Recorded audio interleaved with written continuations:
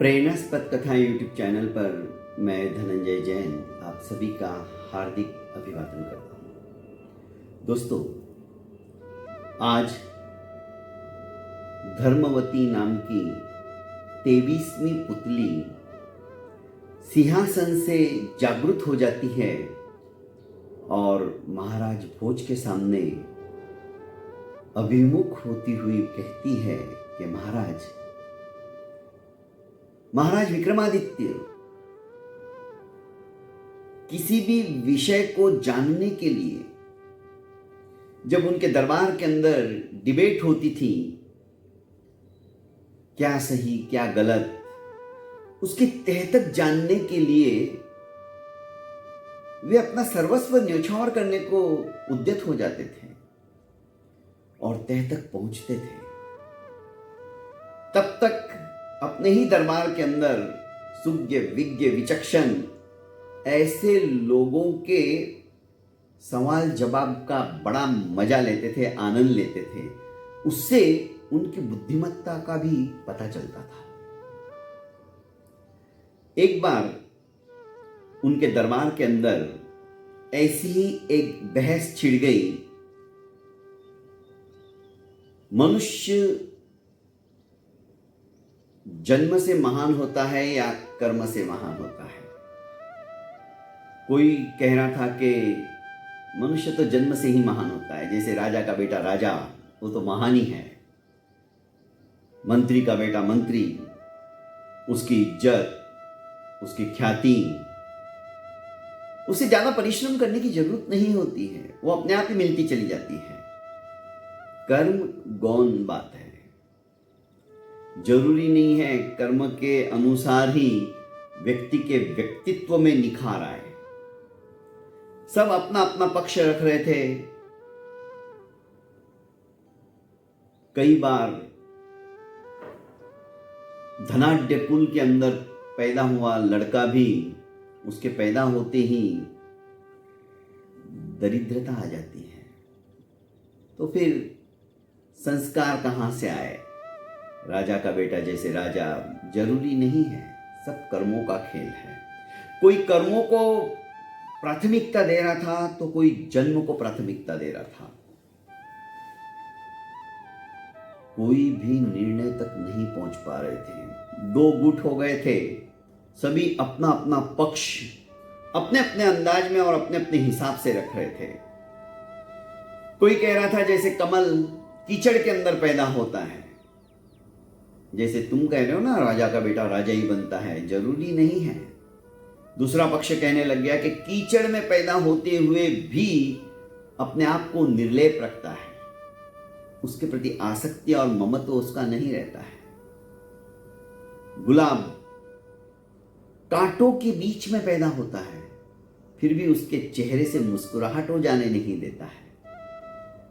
चंदन one के अंदर देखा होगा तुम लोगों ने कि चंदन से लिपटे हुए पेड़ से असंख्य बड़े बड़े जहरीले सर्प, विषधर, फणीधर उसको आविष्टित करके रखते हैं, फिर भी चंदन अपनी शीतलता नहीं छोड़ता है। तो ये सब क्या है?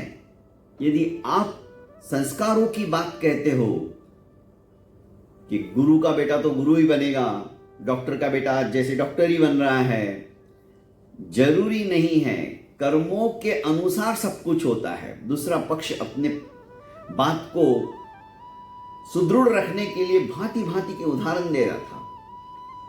पहला पक्ष मानने को तैयार नहीं था।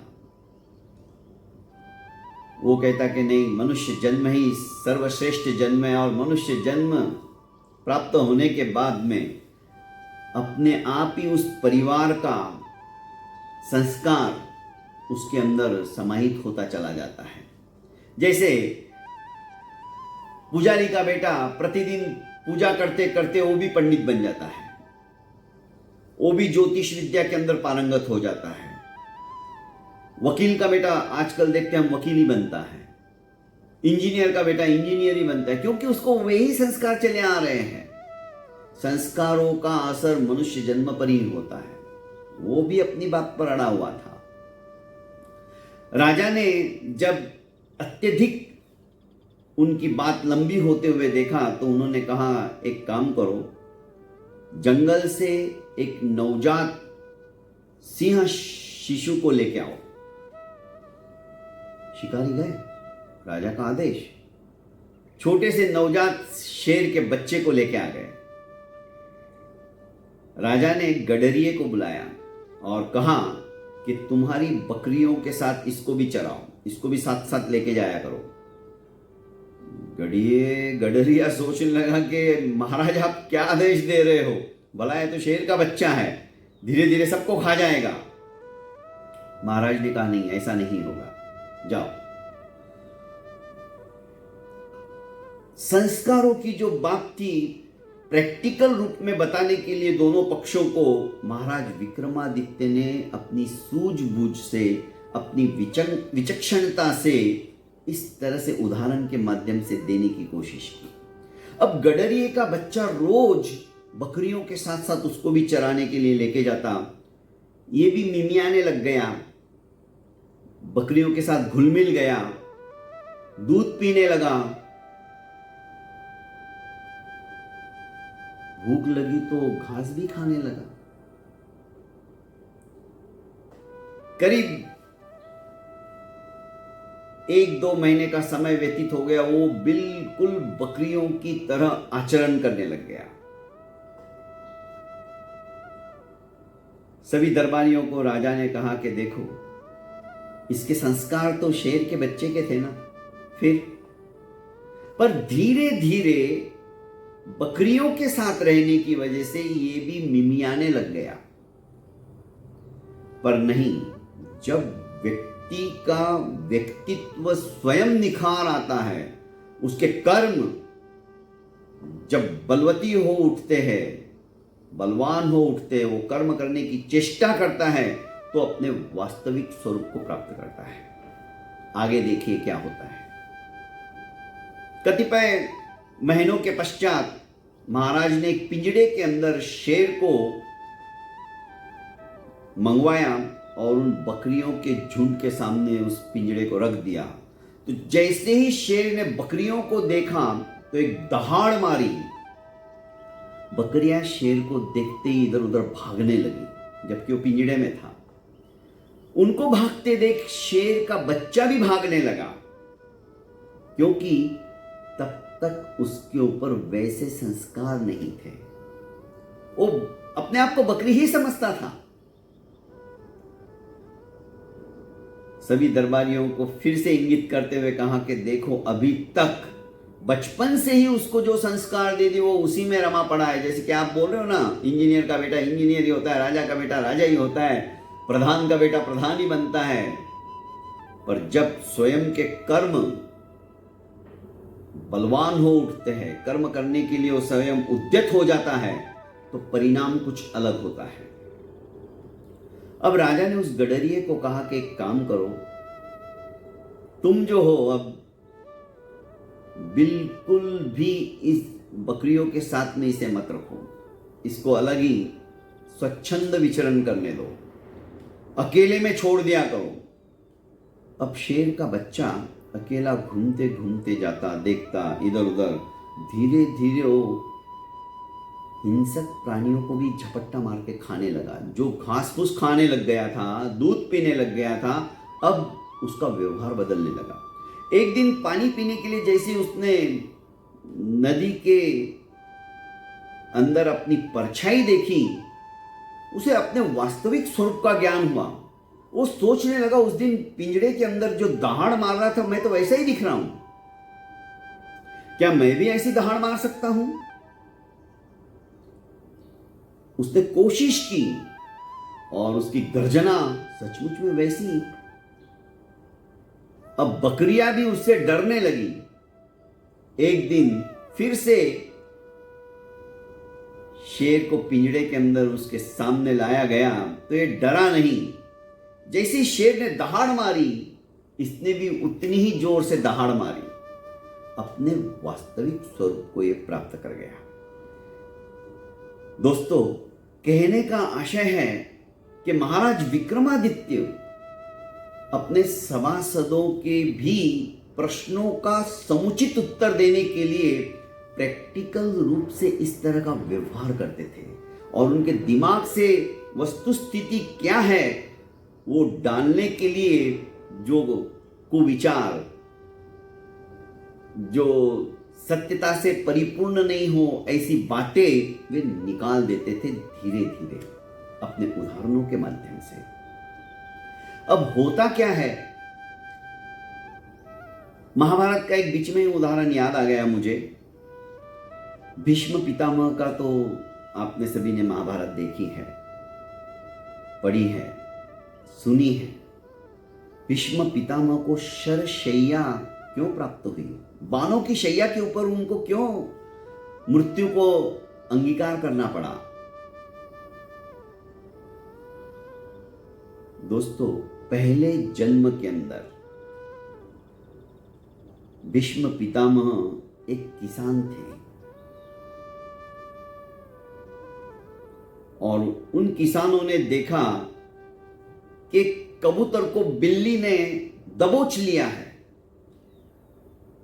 किसान ने उस बिल्ली को भगाकर उस कबूतर को सहलाते हुए एक जगह रखा, पर किसान को बहुत काम था। उसने सोचा बिल्ली फिर आके झपट्टा मार देगी और इस कबूतर को खत्म कर देगी। उन्होंने कांटे की बाड़ बनाई, कांटे आच्छादित किए चारों तरफ से, बीच में जगह और कांटे की बाड़ बनाकर, जैसे टोकरी हम उल्टी रख देते हैं वैसी कांटों की टोकरी बनाकर उन्होंने कबूतर के ऊपर रख दी ताकि बाहर से कोई जानवर उसे क्षति ना पहुंचाए, उसे तकलीफ ना दे। अब जैसे जैसे हवा के माध्यम से उसके घाव भरने लगे कबूतर के, वापस वो एकदम स्वस्थ हो गया 3-4 दिनों के अंदर ही, तो उड़ने के लिए फड़फड़ाने लगा। तो जैसे वो फड़फड़ाता, वे तीक्ष्ण कांटे जो कि कांटों की टोकरी सी बनी हुई थी ऊपर, वो उसके पंखों में चुभने लगी। बड़ी दयनीय स्थिति हो गई। वह कबूतर और कोई नहीं था, अर्जुन था, पहले जन्म में जो कि कबूतर बना हुआ था। इस तरह से धीरे धीरे जितनी कोशिश करता उड़ने के लिए, वे कांटे, तीक्ष्ण कांटे उसके शरीर में चुभ जाते और अंततोगत्वा कबूतर ने अपने प्राण त्याग दिए। किसान ने कुछ अच्छा सोचकर कि इसे बिल्ली से रक्षा हो जाएगी, पर उसका परिणाम क्या होगा किसान ने ये नहीं सोचा। फलस्वरूप उन कर्मों के कारण से वही किसान भीष्म पितामह बने और अर्जुन जो है वो कबूतर बना। जिस तरह से किसान ने अज्ञानतावश, अज्ञानता ही कहूंगा क्योंकि दूरदृष्टि से उन्होंने सोचा नहीं, उन्होंने सिर्फ एक पहलू को देखा कि नहीं, इसकी रक्षा हो जाएगी, इसका जीव बच जाएगा, इसके प्राण बच जाएंगे बिल्ली से, पर आगे परिणाम, ये स्वस्थ होने के बाद में क्या करेगा, कैसे उड़ेगा, ये सब नहीं सोचा। फलस्वरूप उन कर्मों के फल के कारण से उनको भीष्म पितामह बनना पड़ा। राजा भोज की तरफ